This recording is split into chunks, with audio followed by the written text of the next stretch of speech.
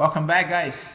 So we took a break in the holidays. So this week you're gonna be doing some outside passes, okay? Supine, the person's gonna be in supine and you're gonna be standing in front of your training partner. So let's take a look. So my partner's gonna be in supine with the back on the floor. Usually here, when you approach this situation, you're always looking for to have one leg forward, one leg back, and you never step in, giving the person the opportunity to control the leg. So you always try to work with the hands first. So hiding the legs, the hands go first. Usually you're looking for to find a grip right in the middle of the legs, close to the ankle, to try to maintain his legs in control here. So the other thing that you try to avoid is stay in front of your training partner for too long. Usually here is like a touch and go motion. I touch his legs, I move his legs one direction, and I start to create a cross step close to the hip line, and I square my hips up. And I want to create an angle. As I create an angle here, my partner usually is going to start facing me, is going to start to frame me and defending here. Okay, look how my legs are back. And I'm going to start to looking forward to start to open his legs apart, to spring his legs apart.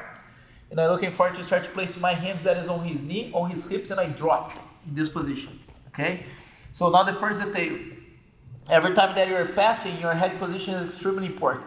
So my head position here can be in two spots. If he has the frames a little bit more stiff, I want to have my head position close to his leg to prevent his high leg over. Okay, I'm going to talk about this in a little bit. If the frame is a little bit more bent, I can start to have my head on his far side shoulder. Either you're going to be in the far side shoulder or in the far side hip close to his leg. Okay, I cannot be back like this, because it's going to be easier to hit high leg over, and now he has a frame on me. Okay, I'm going to talk about this reaction in a little bit. So I was looking for to have this type of control. My hand's going to be on his knee, and usually here what he's looking for is try to maintain the connection about knee and elbow, okay, to be able to maintain strong frame.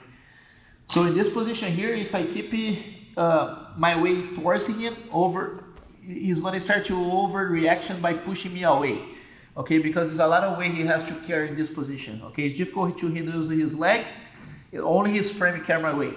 So now I'm looking forward to try to disconnect his knee from his elbow just enough to start to drop my shoulder on his hip line here. Okay, as I'm getting here, I start to moving my knees towards to his legs. Okay, look how my toes and knees facing his hips. And the hands that I have in the hips start to block his leg like so. I'm looking forward to try to connect my knee on his tailbone under his butt in this position. Usually here when his leg facing away from me, he's going to try to do a reverse shrimp to try to square up. I always follow him to don't let his knee coming through.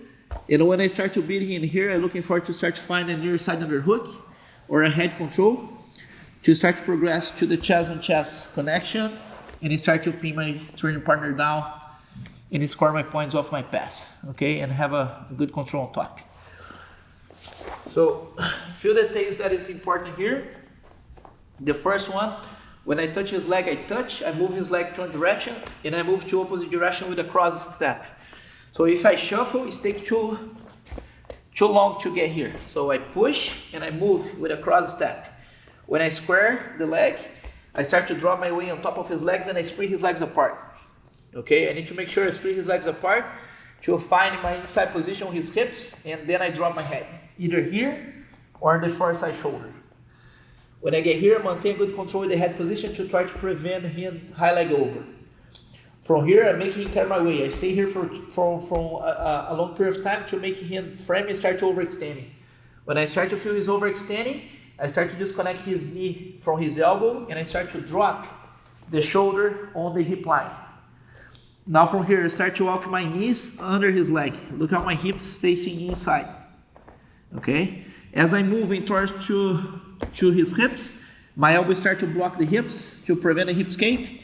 And I keep moving until my knee go to his tailbone. Here. So this is a very important detail, because this is going to prevent his left knee coming inside. In this situation over here, I block his hips. When he starts to shrink and move away, I always follow him. Okay, when I feel like I can start to establish the pin, when he stops moving that much, I start to find either near side underhook or head control, and I start to progress to more chest on chest connection to try to establish my pin.